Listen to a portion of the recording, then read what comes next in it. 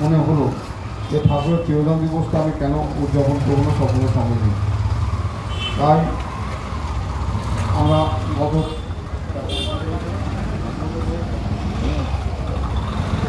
আমরা প্রায় 5 বছর ধরে এই অনুষ্ঠানটা করে যাচ্ছি। ইতিমধ্যে আমাদের মধ্যে যে সমস্ত মেয়েরা মূলত উদ্যোগ নেয়, একদম পুরো শুরু থেকে আরম্ভ থেকে শেষ পর্যন্ত তারা গুছানোগুছি করে। তার আগে আছে আমাদের অভিজিৎ দে, দেবাশিস কোয়াল, জয়দেব প্রামাণিক, লালটু ব্যানার্জি, সন্তু জোড়া আছে, পূজা আছে। আমি জানি দেখতে পাচ্ছি সামনাসামনি কমলা না, ওখানে টেবিলে আমরা ঠাকুরের ভোগ রেখেছি।